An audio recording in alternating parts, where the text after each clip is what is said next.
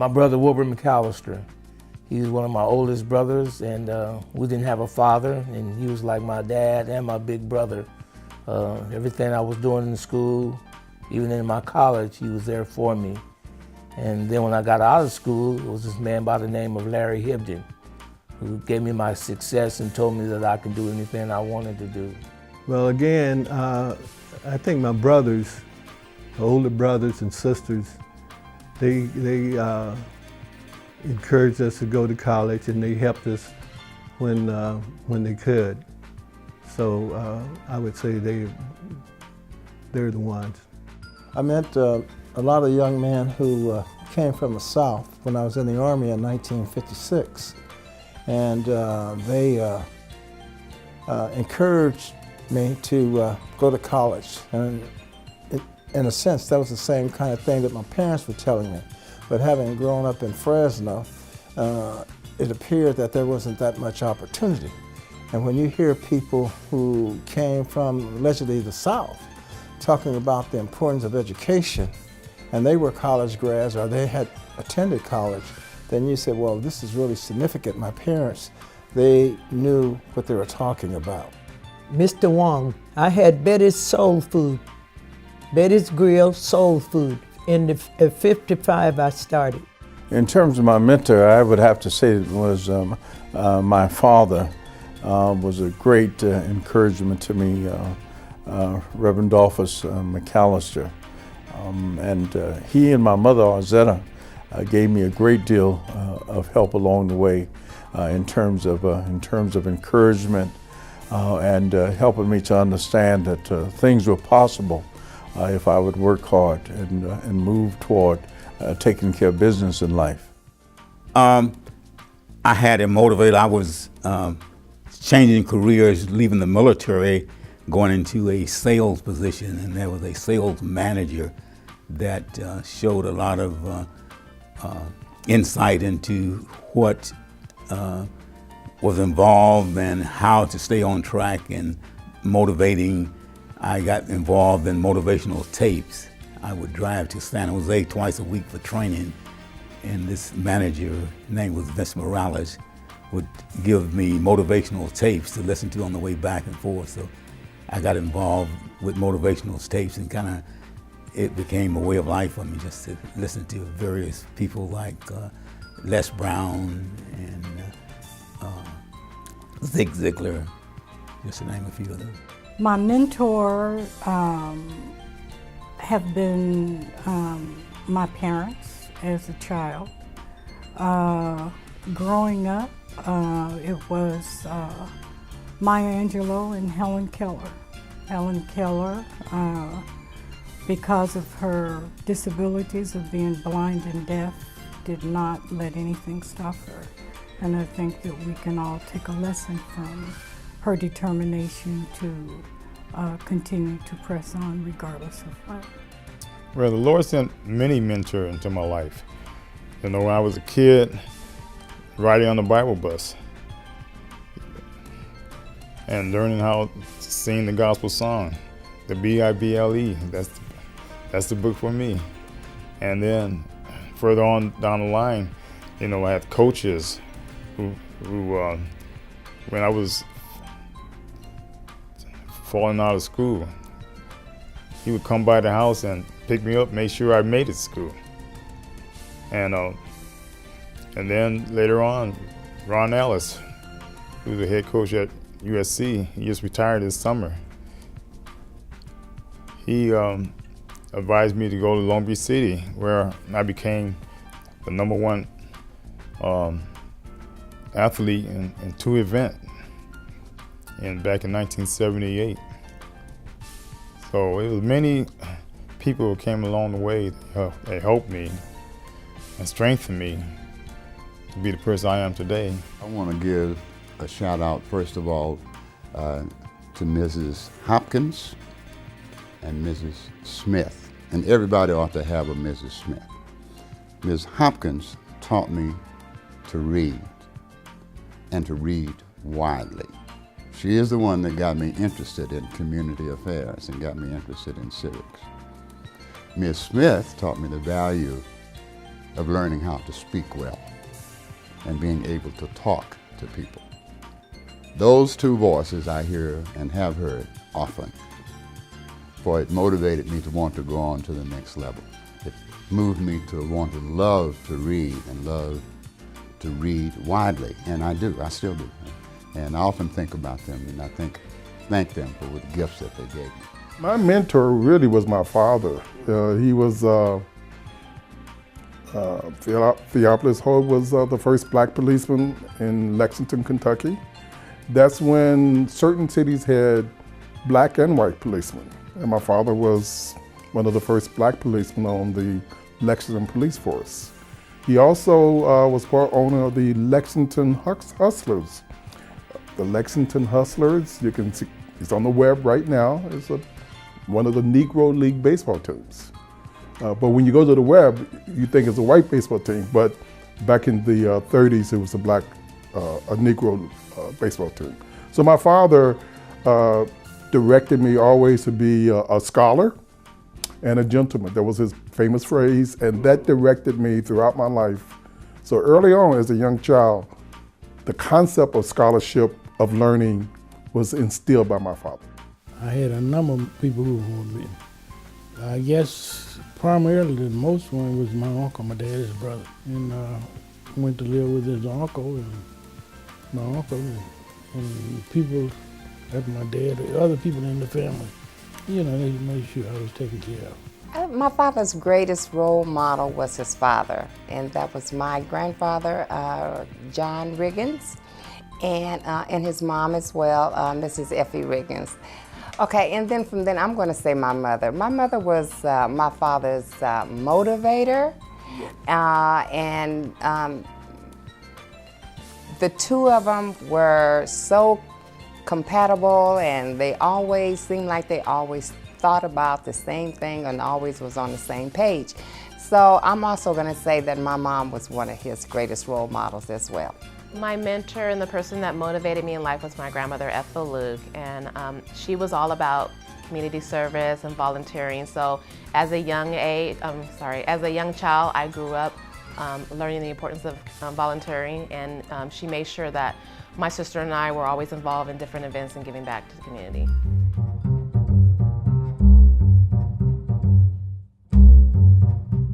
Well, when I was in high school, in my 9th year, a man by the name of Gary Adams was one of my teachers, and saw that I was having some problems at school, and he grabbed me by the hand and said he was going to mentor me, and that's what led me to my first success in finishing school.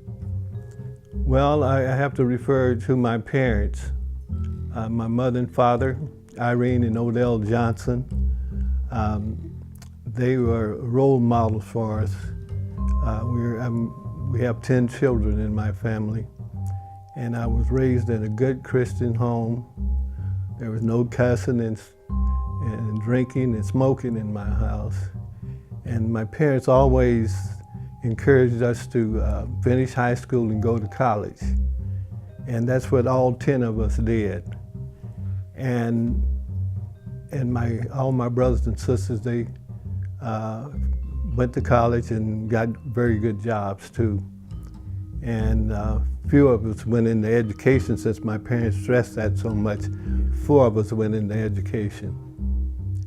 We became teachers. It is all depends upon who your friends are, who you associate with. And I have very successful friends, and those individuals, we supported one another and encouraged one another to continue to do what we were doing and to stay on track and to graduate from college. My family, because I kept the family all together and we worked together, my family. And then I remember working at Lucky's Cafe and how Mr. Wong did business, and I wanted to run my business like I saw how he had his business going and made it a success. I think the people who really helped me stay on track was probably a lot of my elders in the church, the seniors, some of the pastors, previous pastors that I've had along the way. I remember specifically a elder gentleman in the church who said to me he was sort of living in poverty. He had an outhouse, and I was across from the church. And he said to me once, you need to help our people. We really need your help. He sort of had some sense that I was working towards a helping profession. And that really left quite a mark on me and on my mind that I needed to move in that direction of helping our seniors and many others who were in need, as well as our young people. Well, I started out with a very strong parental background. Both mother and father were good motivators for me. My mom was a real energetic, fun-loving person, and she tried to use every moment as a teaching moment. I came from a small town in Louisiana where the education was very modest, but at home, I guess we kind of had a homeschooling situation that Mom tried to instill the 6 important areas of life: the physical, the mental, the financial, home and family, social, and spiritual. So, and Dad was a person that he had can-do attitude. He would start a job, who would not let it go until it was completed. The women that I work with help me stay on track. I have a lot of respect for people that have been faced with adversities, substance abuse, losing their children, and when they make a commitment to change their lives around, then to me, that demands respect. You know, every time I got in trouble, you know, I turned to the scriptures, and that was my medicine. They helped me, strengthened me, and encouraged me. As you know, I'm a pastor, so obviously I have to go to my elder brother, Jesus Christ, who has always been there through the ups and downs. And in a very real sense, his presence has guided me in so many different ways and through so many different situations and circumstances. For instance, I've served on the Housing Authority for 30 years. And for 20 plus of those years, I was chairman of that board. What a challenge that was to continue to work in the classroom and to work at the church and to work in the community and do some other things. My father, Theophilus Teleferro Hogue, H-O-G-U-E. He taught me basically how to be a man and how to be successful in any endeavor that I selected. There's just so many people on the intellectual level, of course, because I did attain a PhD in history. My mentor, Paul Murphy, at the University of Minnesota, he's very famous. He helped me to understand the law and legal history. On a personal level, my friends, a Brazilian historian, João Reis, he helped me to learn the difference between a Volkswagen and a Mercedes. Okay, if you're a Marxist, you understand why that becomes important. John McClendon III, also a very personal friend who's a foremost Marxist thinker in philosophy. He helped me to understand that dimension of philosophy. And he's also very knowledgeable about sport. He wrote a book called Beyond the White Shadow. And if you were familiar with that TV series, Beyond the White Shadow was the title of his book, which I helped contribute to writing. So there have been individuals like that intellectually. But, you know, on the personal level, my wife, Sarah Simba, has been the mainstay of keeping me on track. Because when you're young and you think you know it all, you need some stability in your life. And Sarah Simba, my wife, has always given me that stability, that slap, that rude awakening back to reality. When I was a kid coming up, my people in my family, regardless of how close they were, they wanted me to always do what they thought was supposed to be right. and I tried to do it. I don't think I ever got in trouble. My uncle was an educator. As a matter of fact, he's the principal of the high school I went to. So I had to walk a straight line. And besides, when he was ahead that job, I lived with he and his wife. My grandmother, several individuals along the way, trying to help me get to where I need to be. My 2 daughters were inspirational for me because as a single parent, I knew I needed to do well so that way I could make life better for them. So those were the 2 that encouraged me. They encouraged me to finish school. I didn't always do well in school, but I knew because I had 2 small children that I had to care for and be a role model for. I knew it was important that I complete my education, and so they were the ones that kept me on track.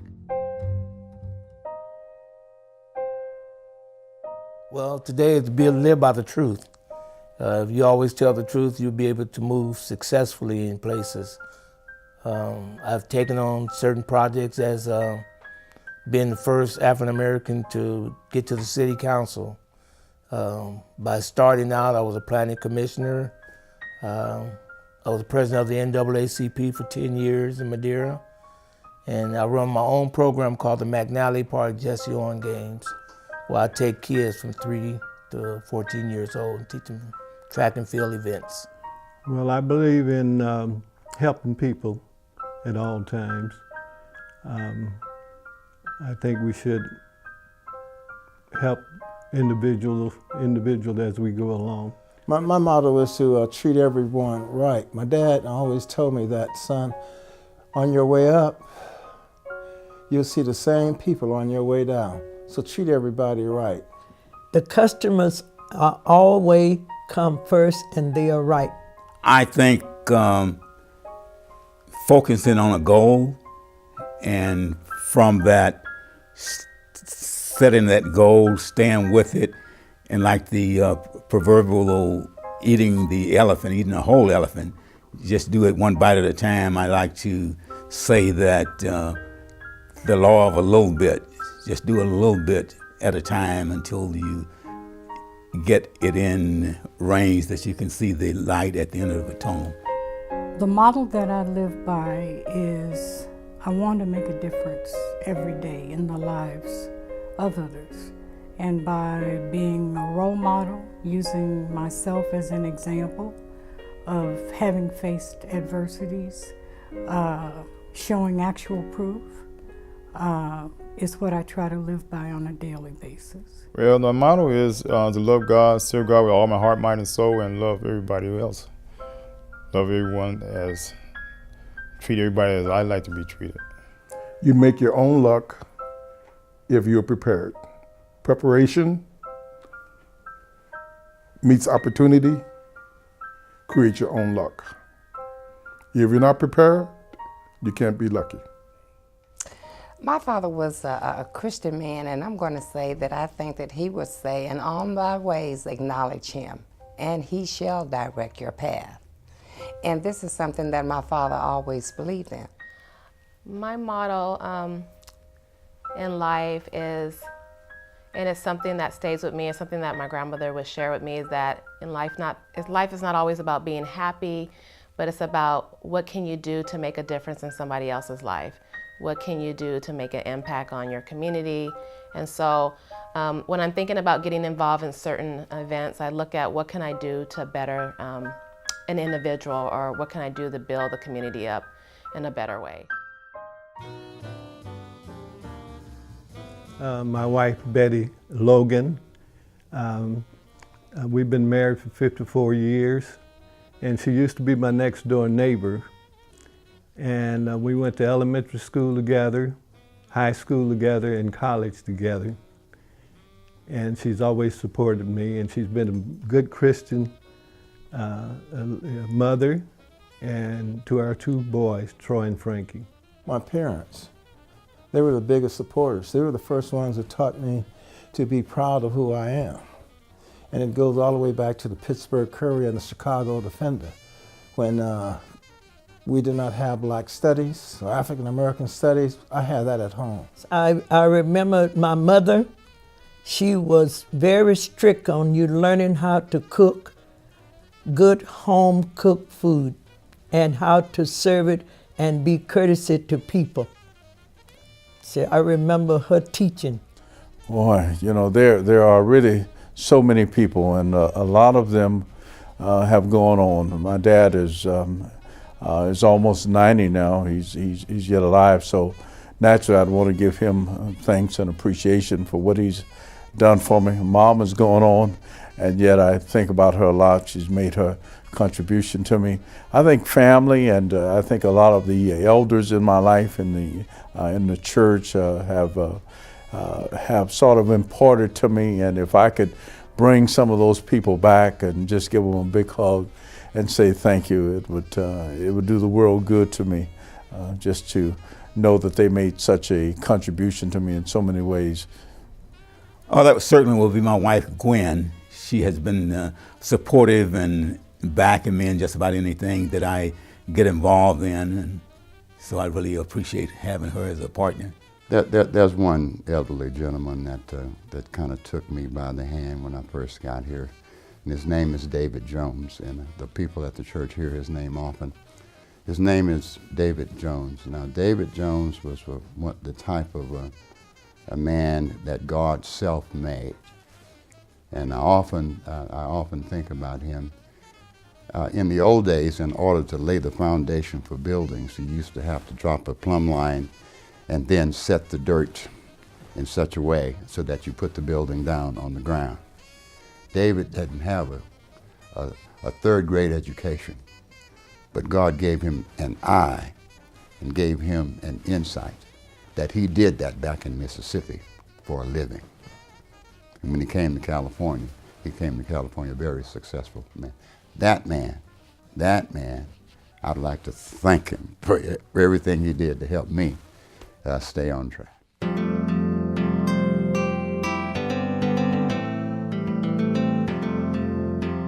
I would always let them know that being honest will get you in a better life and getting a good education. That I would like for them to at least finish high school with a diploma, not as a secondary class of continuation schools. I would say never give up. You know, keep trying. And I met quite a few millionaires when I wrote my book, and many of them failed, but they never did stop trying, and that's what I would tell a young person today. I always believe that individuals should not allow other people to define them. They define themselves. Today, I would say first you put God in your life, and then you would pray to the Lord to give you direction which way you want to go and what kind of business you would like to be in. I think, you know, given the situation and the way life is in the 21st century, I think I'd want to tell the next generation to keep their focus, to be encouraged. I think I would like to for them to know the fight is not over. That they've got to continue to make their mark and make their contribution to the community and to society. Be willing to give back and to work hard. That the sky's the limit for them as to what they can go. We all stand on the shoulders of others who have imparted to us, and I think it'd be important for them to understand that they're going to be standing on somebody's shoulders who paved the way for them. And that their time will come that they need to give back also. I would like to tell the next generation to stay focused, to associate and people their lives with good, positive people. I believe that if you are involved with people that's going nowhere, with 9 people that's going nowhere, you become the 10th person. So people your life with positive people, set a goal, use the power of a little bit and work towards that goal each day until you achieve where you want to be in life. To never give up, to believe in yourself, to develop a voice of empowerment. Sometimes you have to be your only best friend, and just to believe in self. Wisdom is the fear of the Lord. And if you can, help somebody along the way, then that's accomplishing a lot. I never thought that I would be back in a position to where I have to be concerned about people trying to take the vote away from our folks. We fought that battle, and now we're having to refight it. I never thought that I would see a replay of what looks to me like the 50s all over again, but I see it happening. And I wish that I had maybe leaned on the younger generation a little bit more to learn the system and master the system rather than just roll with the system. And I want to tell them now, learn it. So I'm telling young people, hey, you know, get in the battle, because without the struggle, there's no success. I consider myself always a social activist in the path of peace and equality and justice. So I always tell students and so forth that life is about study, it's about learning, and applying that study to struggle. Struggle clarifies when you know, when you are knowledgeable. Study hard, be truthful to yourself, and being truthful to yourself means that you will be truthful to anybody you meet, and you will not try to get things by serving people to do something wrong in order just for you to do it. And know what is right and wrong, and try to go and do the right thing at all times. So be careful about what you do, what you say to people, and how you do them. Well, my father was an educator as well, and my father believed in education. And my father had attended Fresno State, then he left from Edison. First I'm going to say he attended Edison High School, and then he went on to Fresno State. And so education meant a lot to my father, and it played a great big role in his life. So some encouraging words that I would share, especially for our young folks today, is everybody and anybody should get involved. You don't have to be rich to make a difference, but that you should take pride in your community, take pride in who you are, look for ways to get involved in your community. And if everyone just did a little bit of something, our community can go a long way.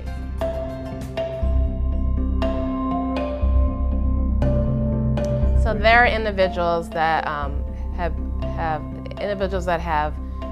paved the way, that have worked really hard to build the community up. And so I feel like passing the torch is about me continuing to do the work that I've been doing, but to also educate others, especially young people, about the importance of giving back.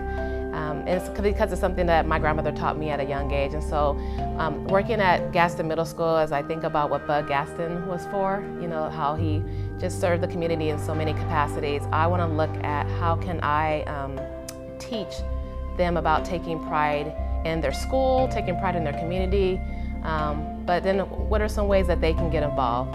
And so I want to pass the torch as far as educating others about the importance of giving back.